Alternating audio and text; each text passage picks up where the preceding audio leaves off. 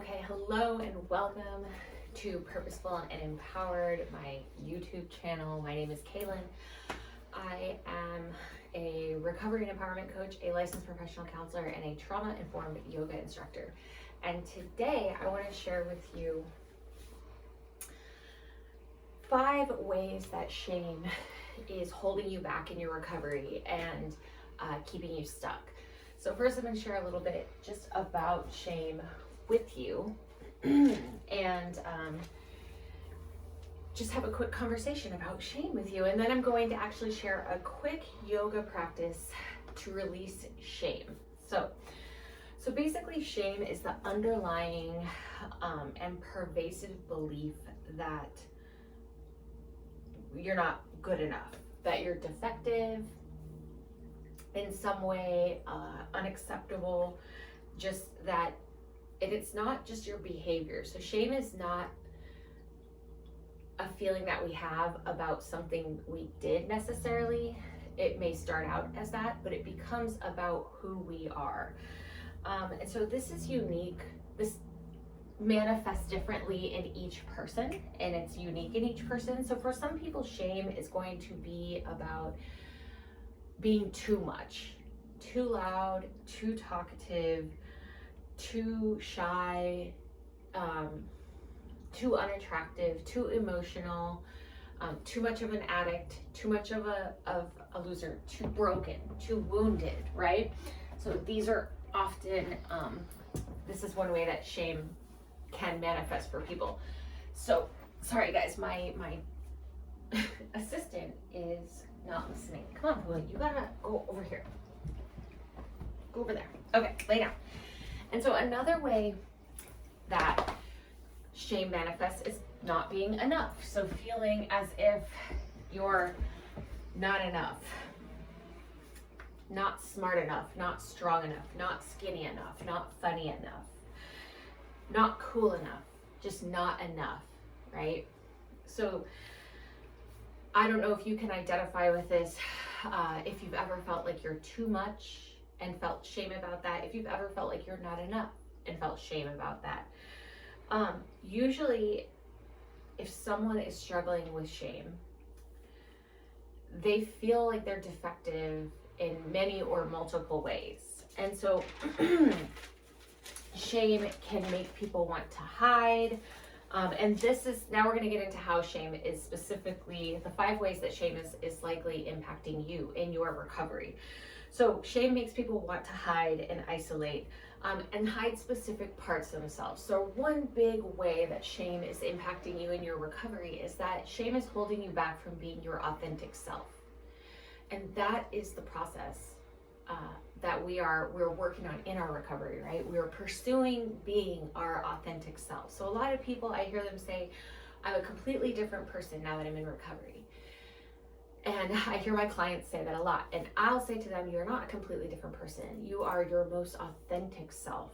You are being exactly who you've always been and who you've always been meant to be, but you haven't been able to because the drugs, the booze, the toxic relationships, the codependency was keeping you hidden from your authentic self, or keeping a barrier between you and your authentic self. So that is one way that shame is negatively impacting your recovery, is that it is keeping you hidden and keeping you from being your authentic self. Because something that they've also found through studies is that people who are shame prone, people who suffer from shame proneness, tend to have a less stable sense of identity and less self-confidence. So that leads me into this second way that shame is impacting your recovery negatively, is that it is not allowing you to step into your full self-confidence. Because shame tells us that we're defective, that we're not good enough, or that we're too much in a way that makes us not able to be confident. So we're too much of something, which hurts our confidence, or we're not enough of something else, which also hurts our confidence. So that's the second way that shame is impacting you in your recovery. The third way is that unhealed shame or unprocessed shame leads to destructive behaviors. And so while you may be in recovery and no longer using drugs or drinking alcohol or engaging in codependent relationships, shame will manifest in other destructive behaviors. So if you have managed to put the booze and the drugs down, you may be tending towards unhealthy relationships, or having a hard time setting boundaries, or withdrawing from people, or feeling feeling like engaging in other addictive behaviors like overspending or gambling or whatever. So, or maybe you have been able to remove yourself from an unhealthy, toxic, codependent relationship, but you're finding that you're drinking more, or you're smoking more pot, or you're smoking more cigarettes, or you're eating more food, whatever it may be. Shame, unhealed shame, leads us to unhealthy, destructive behavior. So that is the third way that shame is likely negatively impacting your life and your recovery. The other thing to keep in mind is, like, as long as shame is present, it is a risk factor for our recovery. So unhealed, unprocessed shame puts your recovery at risk. So keeping that in mind. So another way that shame is likely negatively impacting your recovery is that it's keeping you in this cycle of self-sabotage, of not feeling good enough, or not feeling confident, and then hiding in fear, or only being willing to show so much of yourself, or holding yourself back, or playing small because of that shame. Because the shame is constantly telling you that you're not worthy, you're not deserving, and that something is wrong with you. And because you're hearing those messages all the time, you're holding yourself back. Maybe not applying for that job of your dreams. Maybe not applying for that promotion that you want. Maybe you're not reaching out to this person that you're really interested in, because you feel like they wouldn't even like you anyways. Maybe you're having a hard time setting boundaries in the relationships in your life because you feel like, well, I was such a shitbag in my addiction, like I gotta take it however I get it. I have to take whatever treatment I get. So, and because of that, when we're in that cycle of not setting our boundaries, accepting treatment that we know we deserve better than, not going for things that we want, we're staying in the cycle of self-sabotage. And so then even when we do step out and try to achieve something, or grasp at something, or grab at something that we want, our limiting beliefs, which come from shame, often in trauma, our limiting beliefs tell us that we don't deserve it in the end, or we can't have it anyways. And so we end up making decisions and having thoughts that hold us back and sabotage our efforts in the end. So,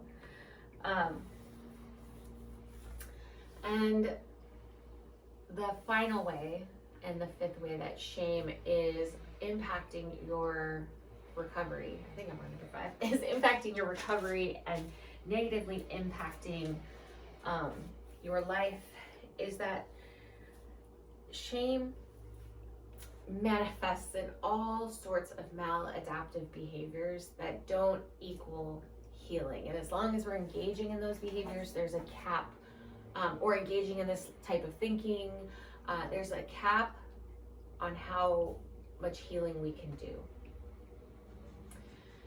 So shame tells us we're not lovable, tells us we're not deserving. So we isolate and we withdraw, and we keep up barriers between us and our relationships, and the people that we're in relationship with. Hold on, she's trying to get on my mat. Come on, for what? No, go lay down. So shame will lead us to withdraw from others. Shame will also lead us to feel like we have to be overly responsible and seek approval. And so I think you're seeing how these tendencies and behaviors can lead to unhealthy relationships and unhealthy behaviors and patterns in our lives that we can get stuck in. Shame tells us that we must behave in order to be loved. So we must do what people want in order to get love and respect and attention and affection. So this is the final and fifth way that it's impacting you. Likely shame, because you have unprocessed and unhealed shame. You're stuck in behavior patterns, relationship patterns, thought patterns, emotional patterns that are not conducive to healing and will not allow you for optimal amount of growth and healing that you can reach in your life. So, what is the answer, right? So the answer is that you can heal through shame, and you can process shame, and you can move through shame. Okay, so we have guilt and we have shame. Guilt is a generative emotion. Guilt tells you that there's room for growth. Guilt alerts you that you've done something that doesn't align with who you are. Guilt tells you that you're out of self-integrity. Whereas shame tells you that you're bad, you're worthless, you're not deserving. Guilt motivates you to change and to grow. Shame keeps you stuck and frozen in fear and self-judgment. So how we heal through this is, one, shine the light of awareness onto when you're being shamed by other people and when you're shaming yourself. It's really important, because if we are in relationships where we're being shamed and we already are experiencing shame in our lives and we have shame proneness, then we're likely to continue to accept treatment that is not what we deserve, and to not set we're more likely to not be able to set the boundaries with people around how we want to be treated and how we deserve to be treated. So the first step, like I said, is shine the light of awareness onto the shame. So start to notice when other people are shaming you, and start to notice when you're shaming yourself, which means being really aware of how you talk to yourself. And this can be hard. This can be painful and challenging, but it's really necessary for your recovery, because shame, as I've already shared, shame really puts a cap on your healing. And as long as you have shame present in your life, unprocessed shame, your recovery is at risk. So once you become aware of shame, there's kind of a process that I started working on, which is, so shame, our bodies react to shame as if there's a threat in the environment. So we go into survival mode, which means the sympathetic nervous system is activated, and we're in fight, flight, freeze, fawn. So when you're feeling shame, if you notice yourself starting to slip into the shame spiral, starting to really slip into some self-judgment, some negative self-talk, telling yourself you're not worthy, feeling like you're defective, the first step you want to take is to add breath. So focus on intentional breathing in through the nose on a count of 4, and out through the nose on a count of 5 or 6. And take yourself through that 3 to 5 times. Go through 3 to 5 rounds of that intentional breathing. This is just to calm the body down. This is just to try to stimulate the parasympathetic nervous system, so that you can move from fight, flight, freeze, fawn, which is survival mode, into rest and digest, which is where we heal. That's healing mode. Next is, so adding the breath, adding the awareness. So noticing when you're slipping into that shame, and noticing what your self-talk is. Really bringing your awareness to the self-talk. We are bringing the awareness to the shame, not so that we can perpetuate it and engage with that negative self-talk, but so that if we don't notice it, we can't shift it. So then we bring our awareness. Then get curious about what's going on. Where is this coming from?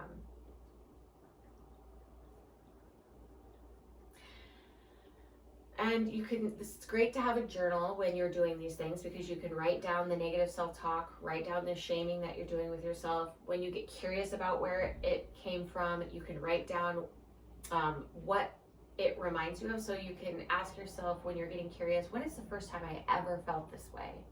When's the first time I ever had this thought? When is the first time I can ever remember having this, feeling this way, or feeling this way in my body?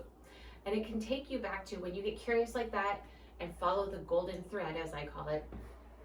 It can uncover for you some of the memories and experiences where the shame is rooted, the genesis, if you will. So after curiosity is self-compassion. Practice self-compassion when you're feeling this way.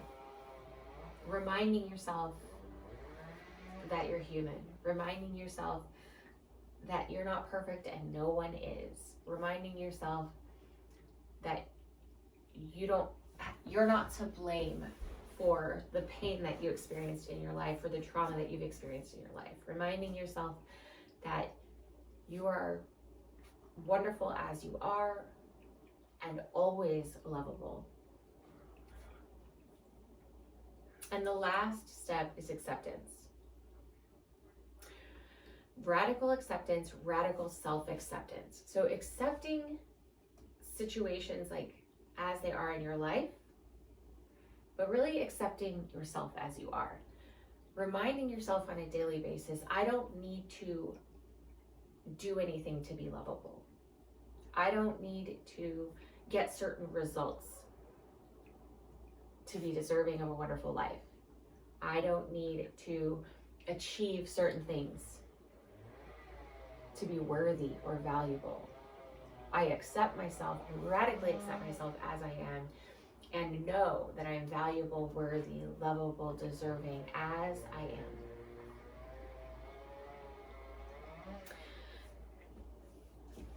And treat yourself with respect. When you treat yourself with respect, it sends the message to yourself that you have value. So let me just recap really quick. The steps for healing, to start healing unresolved shame. Add the breath. Shine the light of awareness. Get curious about where this is coming from, where the shame is coming from. Add self-compassion and self-acceptance and radical acceptance of the situation in your life. And remember to treat yourself with respect. So now we're going to come into a brief yoga practice to release shame. So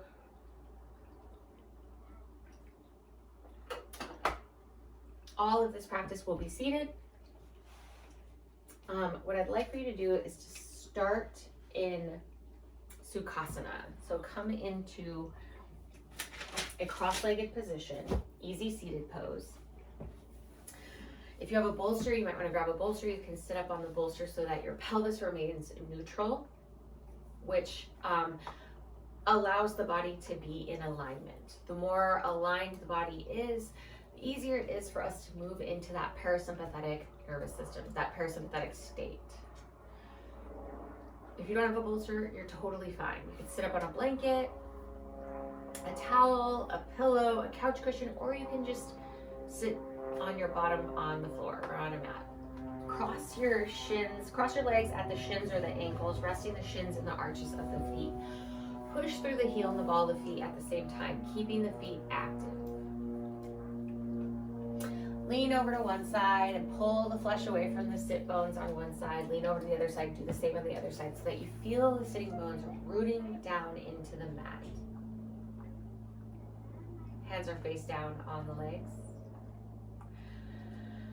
Stack the shoulders over the pelvis. Roll the shoulders up, back, and down, leading with the heart. Keeping the chin parallel with the earth. Go ahead and pull the chin back in space a little bit to get some length to the back of the neck. And lengthen up through the back of the crown of the head. If it feels comfortable for you, go ahead and take a deep inhale and close your eyes as you do that, closing your eyes down. If you don't feel comfortable closing your eyes down, just maintain a soft gaze. Take a deep inhale in through the nose. Exhale it out through the mouth. Take another deep inhale in through the nose. Ribs are expanding in every direction. And exhale it out through the mouth. Maintaining the soft gaze or keeping your eyes closed. Now, start to breathe in through the nose on a count of 4. And breathe out through the nose on a count of 5 or 6.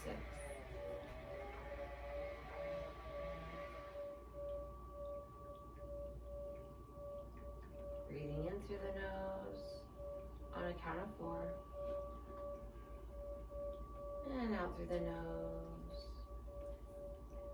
on a count of 5 or 6.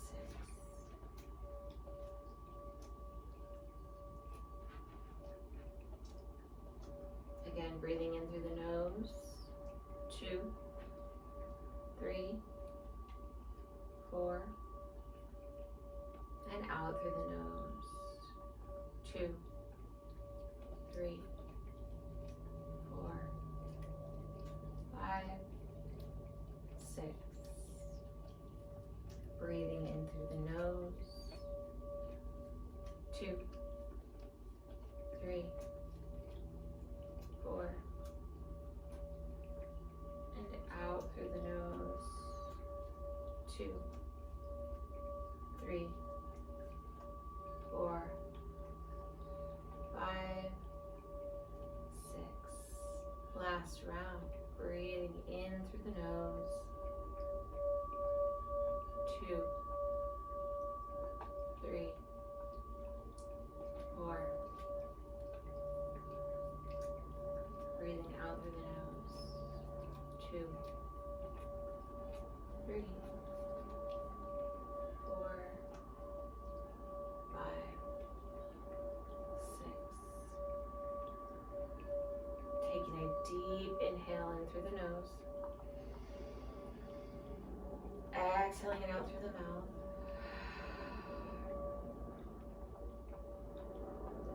Allowing your breathing to fall into its natural cadence. So just allowing your breath to fall into its natural pattern and just connect to your natural easy breath. Feeling the reverberation of the sound in your body and in your mind.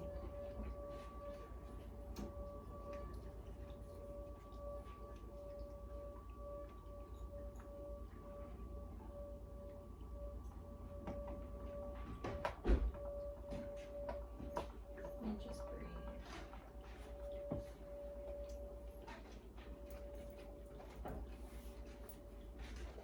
Bringing the hands to heart center. And dipping the chin down, and if your eyes were closed, slowly blinking the eyes open. And if they were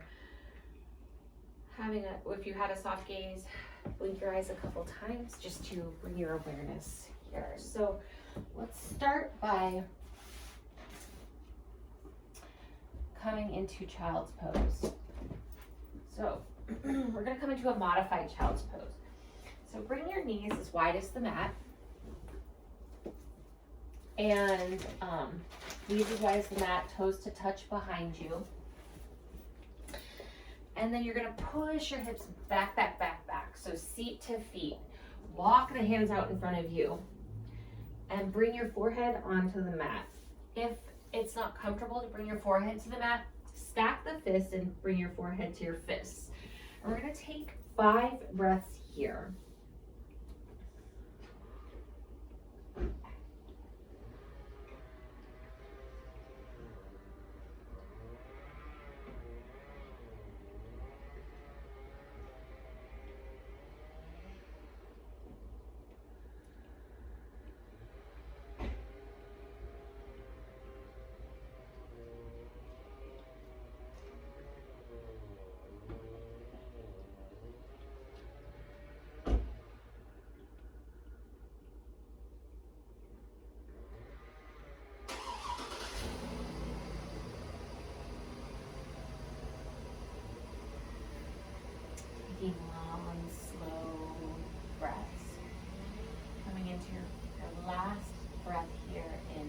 child's pose.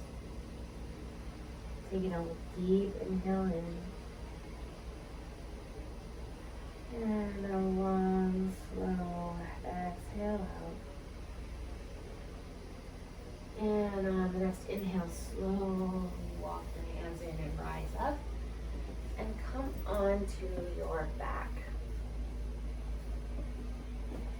Lowering slowly onto your back. Bringing the knees into the chest. So either wrapping your arms around your shins or just holding onto your knees or your shins.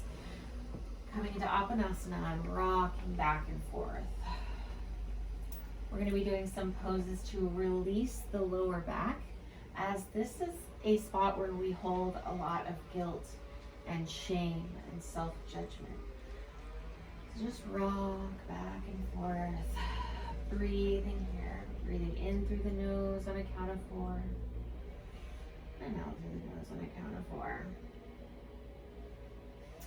And then let the knees fall out to either side, and just draw circles with your knees. So hands are on your knees, knees are open wide, and you're just drawing circles. If this is uncomfortable for you to have your knees out to the side, bring your knees together and then draw circles like that. Just finding whatever iteration feels best in your body. Breathing deeply, focusing on bringing the attention to the root chakra. So while we're staying in these poses and breathing these poses for a little while,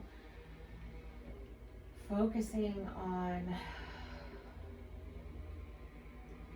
a spinning wheel, red wheel, in your first chakra area. So kind of in your tailbone at your root area. Good. Come back into Appanasana, hugging the knees into the chest, rocking back and forth, releasing the low back. And just picture a red glowing light, a spinning red glowing light. On the inhale, you can picture yourself inhaling a white light and see it pooling up at your root chakra. And on the exhale, releasing any stale, stuck energy. Clearing and cleansing that root chakra. That is the chakra we want to connect to and clear in order to release shame and move through shame. Good. Now, again, bring your knees into your chest. We're just gonna rock and roll up. So, rock and roll, massaging the back, and then when you've got enough momentum, come to a seat. Now, if that doesn't feel good for you, just come to a seat on your mat. We're gonna have the legs long. So legs are straight out in front of you. Legs are engaged, so your toes are pointing up at the ceiling. You're squeezing your quads, so engaging your quads, stacking the shoulders over the pelvis. Go ahead and pull the flesh away from the sitting bones on either side so that your sitting bones are rooting down and that you're not rolling back onto your tailbone. Pull the belly button in towards the spine. Good. Roll the shoulders up, back, and down. Lengthen up through the back of the crown of the head. Lovely. Now bring your hands down on either side of you and push your hands into the mat. Feel how active this pose is. It's a staff pose. Focus on rooting down into the mat and how safe it feels to be here in this position. Feeling yourself so stable, so secure. Feeling your strength in this position. Lovely. Now release. Inhale, arms up, get tall, lengthening the spine, keeping the shoulders out of the ears. And on the exhale, hinging at the hips, leading with the heart, coming into Paschimottanasana, forward fold. So just being mindful of your lower back. If you have some lower back pain, you want to make sure that you keep your back flat, keep it straight, so not folding into it. So let's start by really keeping that straight line from the tailbone to the back of the crown of the head. Hands can be on the outer edges of the feet or alongside your body.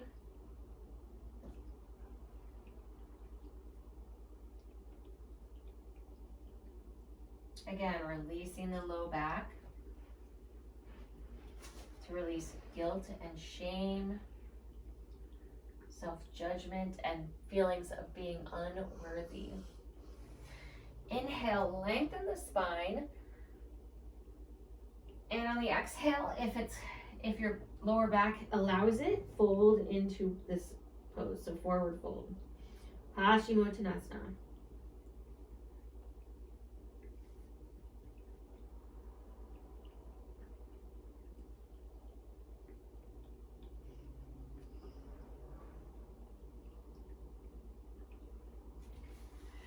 Inhale to rise. Beautiful. Shake out the legs. Just releasing them. And then coming into bound angle or cobbler's pose. So knees are falling out to the side, bottoms of the feet are touching. So there's a couple of different ways to do this. It just depends on your body. You can have your feet really close to your body, or you can give a little bit of space. Most important thing is not to be rolling back onto your tailbone. So again, pull the flesh away from the sitting bones so your sitting bones are rooting into the mat. Notice if the back is rounding. If the back is rounding, you probably want to bring the feet further away. So you can interlock the fingers and create like a little cradle for the feet and use that to give you leverage to fold into it. Or you can bring your hands behind you, tenting the fingers and pushing your chest forward. Either way, on an inhale, get tall, lengthening the spine, chest is lifted, shoulders back. And on the exhale, hinging at the hips, leading with the heart, folding into this cobbler's pose, into bound angle. This pose helps to release fear from the body. And we hold a lot of emotion in our hips. Breathe here. We're going to take about 5 breaths here.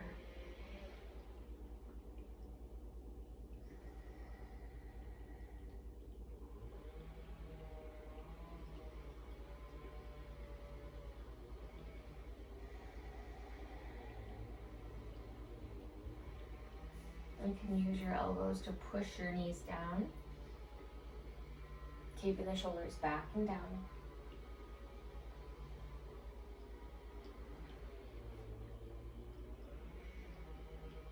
Last breath here. Take a nice big inhale in. A long, slow exhale out. Good. Inhale, rise up slowly. Take your hands to close your knees. Take your feet as wide as the mat. Lean back. Fingers facing the back of the mat. And windshield wiper the legs to release the hips.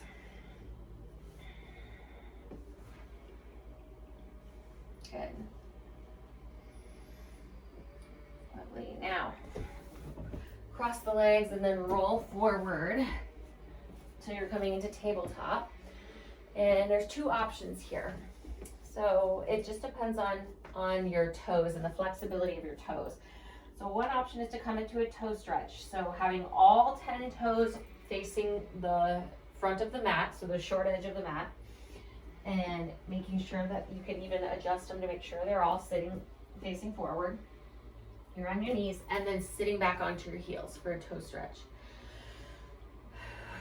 And just bringing the hands into the lap, palms facing up, Rolling the shoulders back and down and just breathing here. If that's painful on your feet for whatever reason, or it just doesn't feel good to you, come into thunderbolt pose. So tops of the feet are on the mat and you just sit back onto your heels. And same deal. Bring your hands resting in your lap, palms face up, roll the shoulders back and down, lengthen up through the back of the crown of the head, and breathe.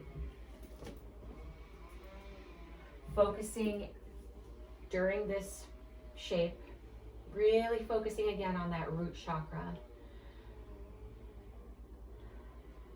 Seeing a red glowing spinning wheel.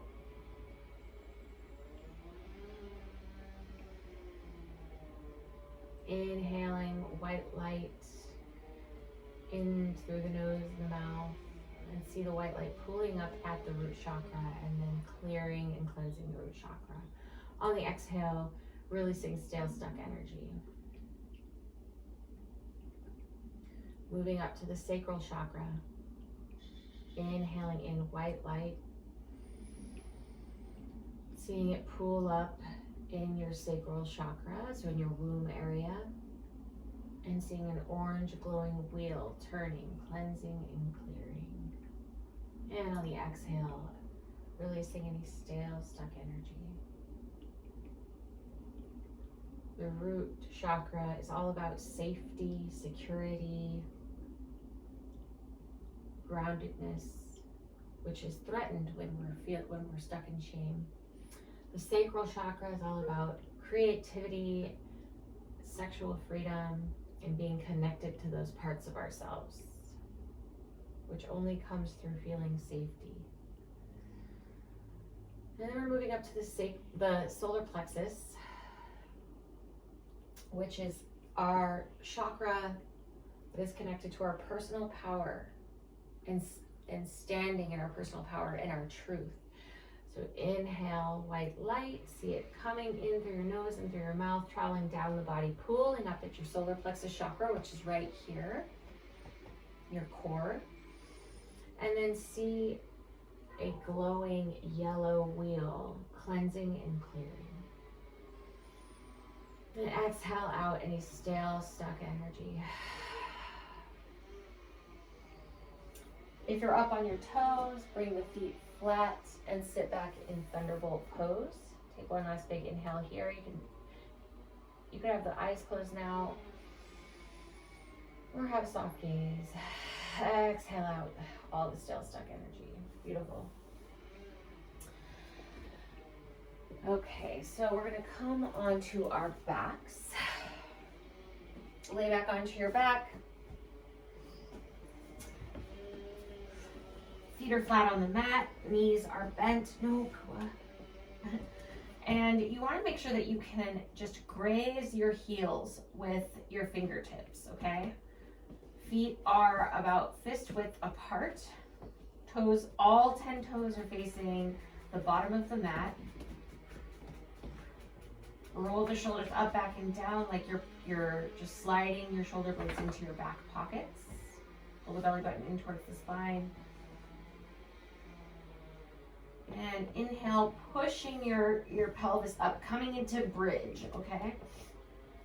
So you want to make sure that your knees are coming straight out from your hips and that they're not caving in or caving out. You're rolling your shoulders under. You can interlock the fingers under your back and push your hands and your arms into the mat, making sure that your chin is not touching your chest.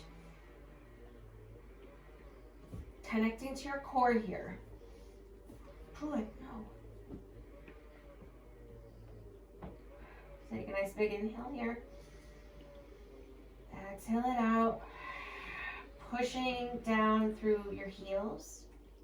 Engaging the glutes. And then on the exhale, releasing the arms and rolling down upper back, mid back, low back, and then bring the knees into the chest, rocking back and forth. Good. Bringing the legs up into the air. Let's roll the ankles one way. Roll them the other way. Walk the feet up and down. Curl and uncurl the toes. Awesome. And now bending the knees, letting the knees fall out to either side. Feet are flexed like you're walking on the ceiling. We're coming into happy baby. So you can grab the outer edges of the feet, inner edges, grab your ankles, your shins, your knees, whatever feels good to you. What's most important is that your knees are falling out to either side and they're coming down towards your armpits, towards the ground. Feet are flexed, shoulders are melting into the mat, and you're lengthening your tailbone down to the bottom of the mat. You can rock back and forth here.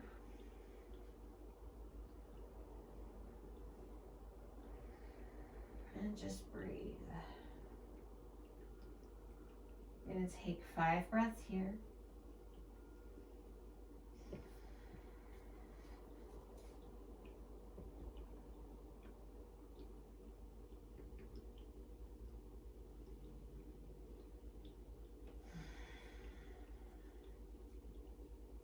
Maybe you want to straighten one leg.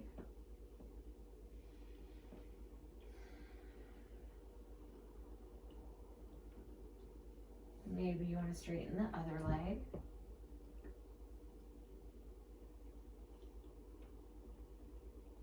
Maybe you want to straighten both legs.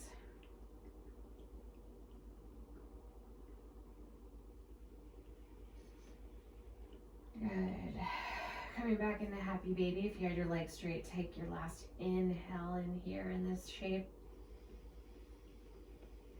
And release a long, slow exhale out.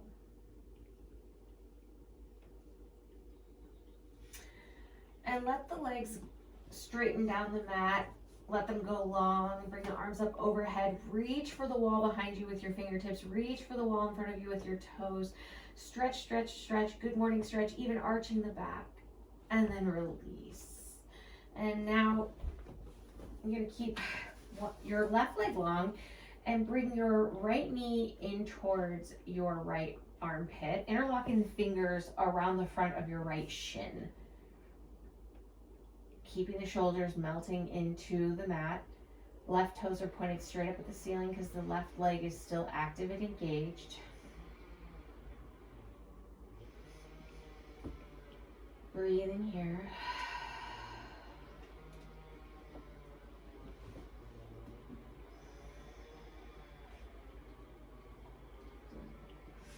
Now, taking your left hand to your right knee, roll over onto your left hip, taking that right knee with you over to the left side. Right arm is out to a T, and you are looking out over your right fingertips.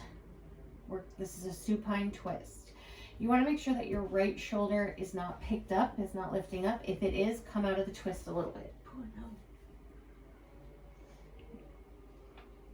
Pull up. No. No.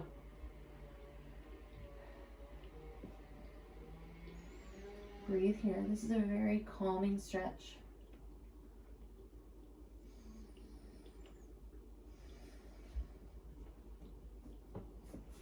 You can always put a block or a pillow or something under your right leg here.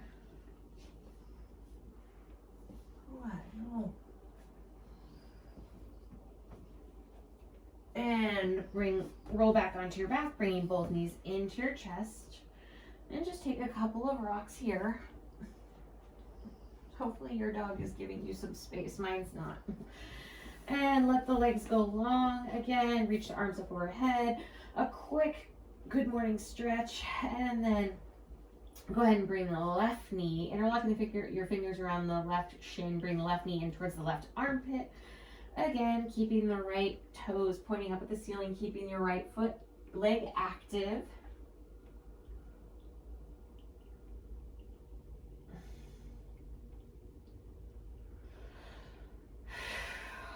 Breathe here. If ever you feel emotions bubbling up, just take a nice big clearing breath. So inhale through the nose, exhale it out through the mouth with a sigh.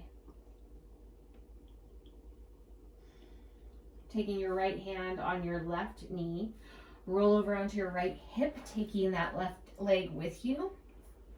Take your left arm out to a T and look out over your left fingertips. And breathe here.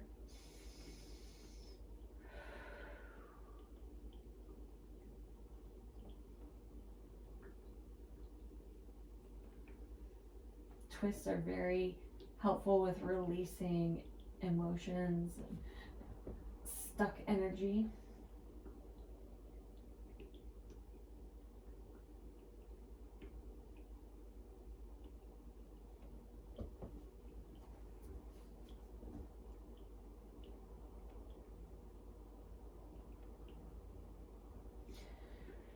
And then on the inhale, come back onto your back, bringing both knees into the chest. So instead of a traditional Shavasana, we're going to come into a supine Baddha Konasana. So unless that doesn't feel good for you, then you don't need to do that. So supine Baddha Konasana is you're on your back and letting your knees fall out to the side, bringing the bottoms of your feet to touch, and then just lay back. You can, God, she is right up in my space. You can use your fists and place them just under your outer thighs to support your legs. Pull up. But if this isn't comfortable for you, you have a couple of options. We're doing this right now because there's so much emotion and energy stuck in the hips to just give this restorative pose here. You can even place blocks or blankets under the legs to make it even more restorative. And just breathe here. But if that's not comfortable, bring your feet as wide as the mat and allow your knees to knock in towards one another, and you can end the practice here, or you can come into traditional Shavasana. Just finding whatever your body needs right now.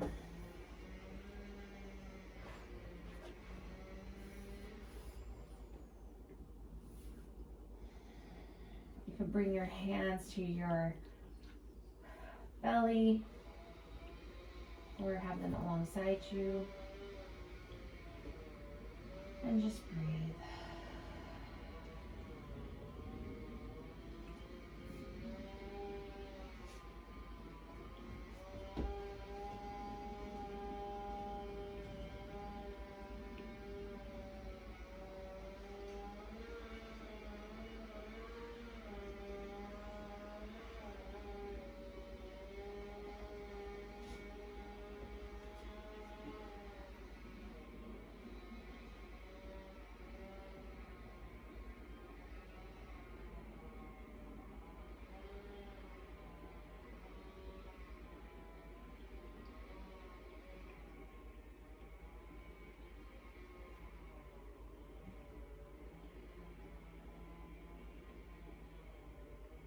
A couple more deep breaths here. Breathing in through the nose and out through the nose.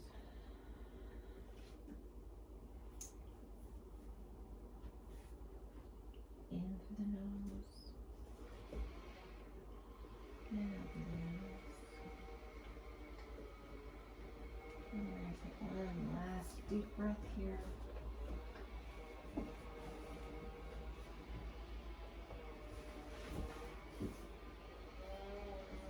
And a long, slow exhale out.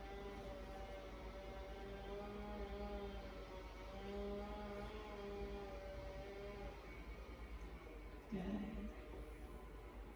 Using your hands to bring your knees together. Go ahead and stretch your legs long for a second. Come into that good morning stretch. And then roll over onto whichever side feels comfortable for you, using your bottom arm as a pillow. Take a couple of deep breaths here.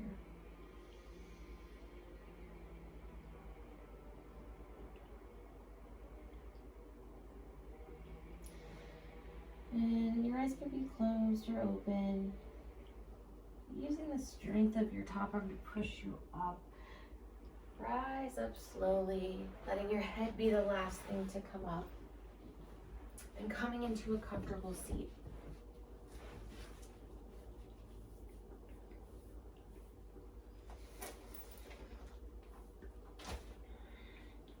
Bringing your right hand to your belly, left hand to your heart space. And if it's comfortable for you to close the eyes, please do. If not, maintain a soft gaze, whatever works best in your body for you and your safety. Take a nice deep inhale through the nose. Exhale it out.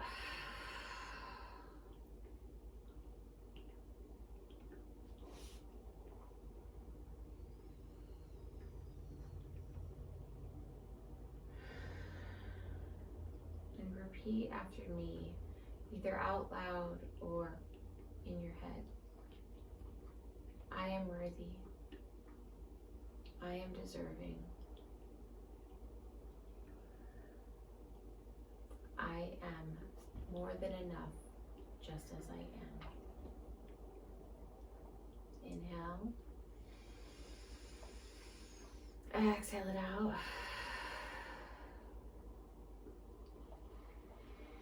I am worthy. I am deserving. I am more than enough, just as I am.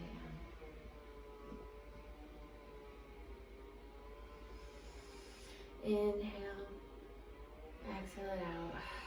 Bring the hands to heart center at Anjali Mudra, dipping the chin to the chest.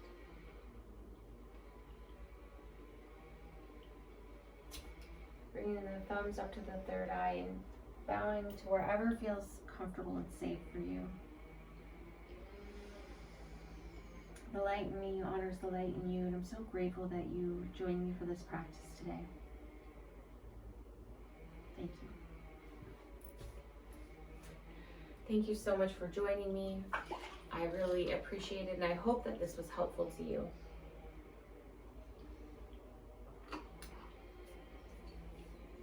If you have any questions about anything that I shared today or any of the practices, please don't hesitate to reach out. You can email me, kaylin@purposefulempowered.com, or you can reach out to me on Facebook or Instagram. You can shoot me a DM.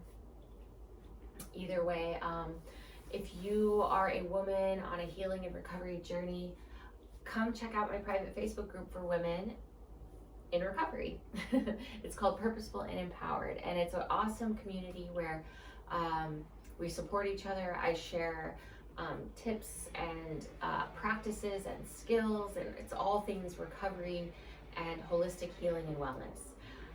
Make sure to like this video and hit that subscribe button so that you can get notified anytime I am posting videos here related to recovery, holistic healing and wellness, and health, and all things of that nature. So I hope that this finds you happy, healthy, and safe. Love, light, and singing your highest potential.